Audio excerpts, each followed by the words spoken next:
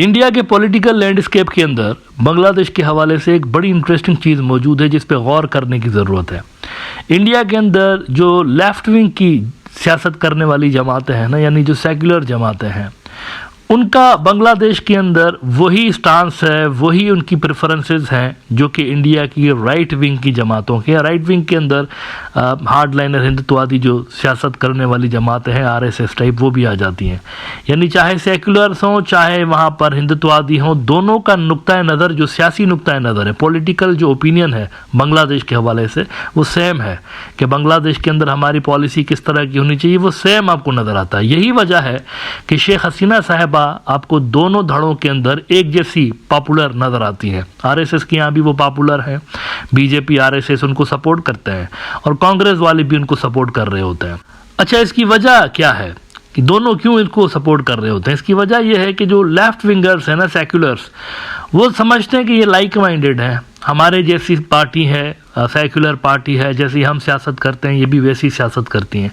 लेकिन right wingers कहते हैं कि वहाँ पर एक मुस्लिम मेजॉरिटी मुआशरा है, 90% से ज़्यादा बांग्लादेश की जो आबादी है वो मुसलमानों की है और रिलेटिवली मजहबी मुआशरा है वहाँ पर। मतलब आपको रोज़मर्रा की जो लोगों की ज़िंदगी है उसके अंदर मजहब नज़र आता है। तो वहाँ के स्कॉलर्स ये ख्याल करते हैं हिंदुत्ववादी कि यहाँ पे अगर कोई ऐसी जमात आ गई, राइट विंगर्स और मुस्लिम जमात अगर यहाँ पर आ गई, तो बांग्लादेश इस्लामी गवर्नेंस वाले सिस्टम की तरफ चल पड़ेगा और ये फिर वहाँ की जो माइनॉरिटी कम्युनिटी है उनके लिए अनफेवरेबल सिचुएशन पैदा कर सकती है। यानी ऐसा अगर हो गया कि वहाँ पर कोई इस्लामी जमात की हुकूमत आ गई या राइट विंगर्स की हुकूमत आ गई, तो वो समझते हैं कि इसका नेगेटिव इम्पैक्ट पड़ेगा हमारी जो हिंदू बरादरी वहाँ पर रहती है उनके ऊपर।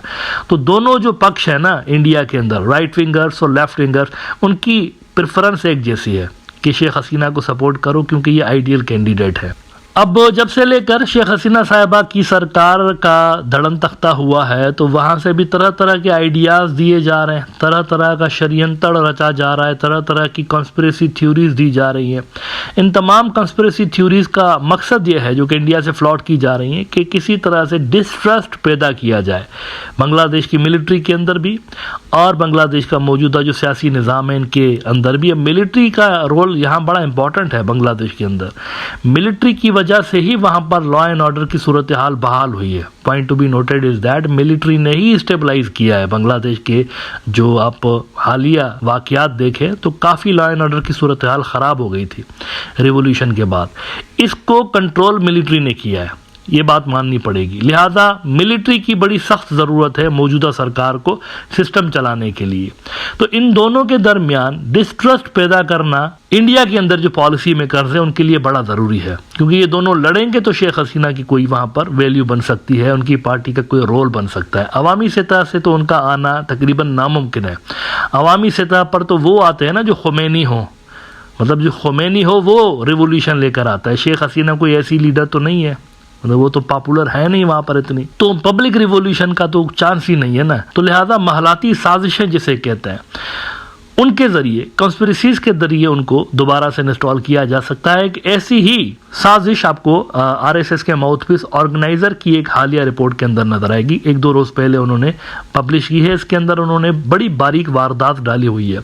अब वो कौन सी बारीक वारदात है, इसके लिए आप ज़रा ऑर्गेनाइज़र का ये आर्टिकल देखिए कि Pakistani ships without customs inspection, what is cooking inside Bangladesh. साजिशी थ्योरी, क्या चल रहा है बांग्लादेश के अंदर, व्हाट इज कुकिंग। अच्छा जी, क्या चल रहा है? एक तो उन्होंने बताया कि meanwhile with Donald Trump's unexpected victory in the presidential election held on November 5 and assumptions of Washington's harsher initiatives targeting Yunus, a long-time ally of Bill and Hillary Clinton, as well a few top figures in the Democratic Party and George Soros, key officials in Bangladesh Army, are getting nervous thinking about any harsh measures by Trump administration that would include sanctions targeting Yunus, members of his cabinet, several ultra-Islamic forces such as Hizbut Tahrir and Hifazat-e-Islam, and military top orders including general Waker-uz-Zaman. वो क्या कह रहे हैं organiser बारे ना। Organiser का again मैं आपको बता दूं आरएसएस का माउथ पीस है। कौन सा आरएसएस? इंडिया की रूलिंग पार्टी बीजेपी की पेरेंट ऑर्गेनाइजेशन, जो कि असल में अभी जो इलेक्शंस हुए हैं गालिबन महाराष्ट्र के अंदर, उसमें भी बीजेपी ने अच्छा परफॉर्म किया, इन्हीं की वजह से किया है। इन्होंने काम किया है ग्राउंड के ऊपर, इनके लड़के जाकर काम करते हैं, वर्क भी आरएसएस के लोग कर रहे होते हैं। ये जो कहते हैं ना कि चुनाव की सियासत में आरएसएस नहीं होती, झूठ बोल रहे होते हैं।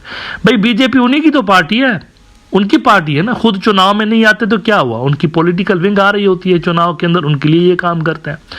तो आरएसएस का माउथ पीस कह रहा है कि वहां पर ट्रंप की अनएक्सपेक्टेड विक्ट्री हुई है। पहली बात तो ये कि अनएक्सपेक्टेड थी ही नहीं, बहुत बड़ा हिस्सा ऐसा था दुनिया भर के एनालिस्टों का जो कि समझ रहा था ट्रंप आ रहा है। यहां इस प्रोग्राम के अंदर अगर हम ये बात कर रहे थे साल डेढ़ से लेके कि ट्रंप आ रहा है, तो मतलब ये कोई रॉकेट साइंस तो नहीं थी ना, बहुत सारे और भी कर रहे थे, मैं अकेला नहीं था, बहुत सारे और भी कर रहे थे।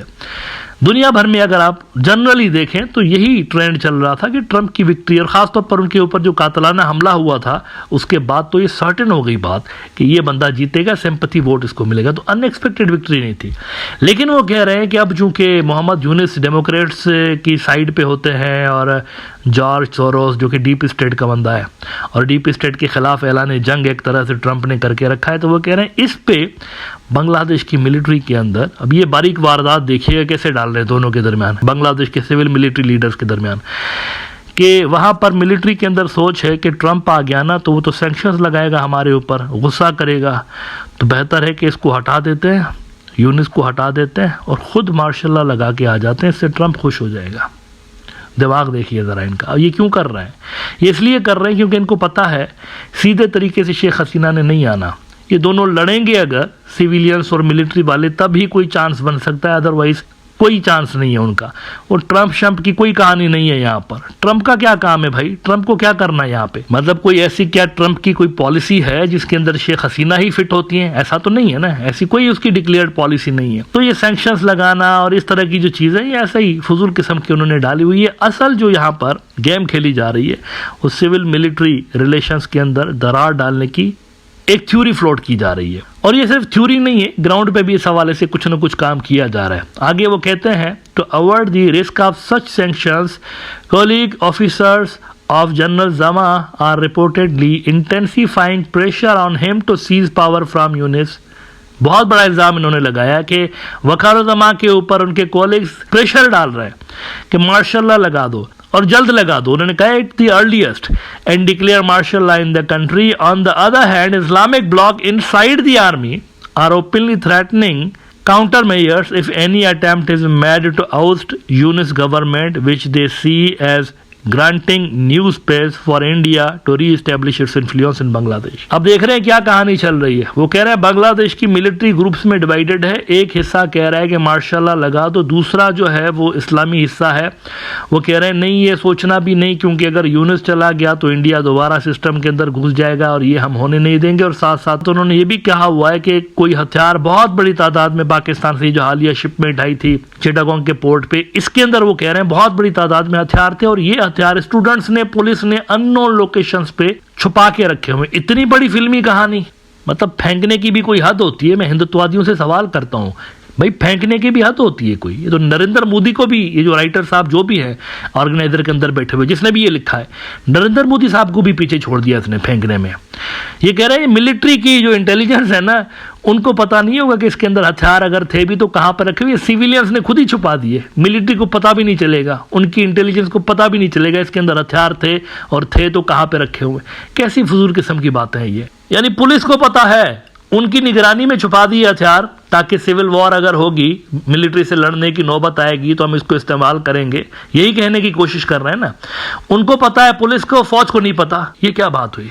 ऐसा कोई सुना है आपने केस किसी मुल्क के अंदर कि पुलिस की फोर्स को तो पता हो लेकिन फौज को पता ना हो? These are all rubbish conspiracy theories. ऐसा कुछ भी नहीं है। Fact of the matter is that Bangladesh के अंदर सिविलियंस और मिलिट्री वाले एक ही पेज पे हैं और दोनों फोकस्ड फिलहाल इस चीज़ के ऊपर है कि सिस्टम के अंदर नॉर्मलसी लाई जाए, और बड़ी हद तक सिचुएशन बेहतर हुई है लॉ एंड ऑर्डर की। और साथ साथ इस चीज़ पे भी फोकस है कि रिफॉर्म्स जल्दी से निपटा के तो वहाँ पे इलेक्शंस करवा दिए जाएं।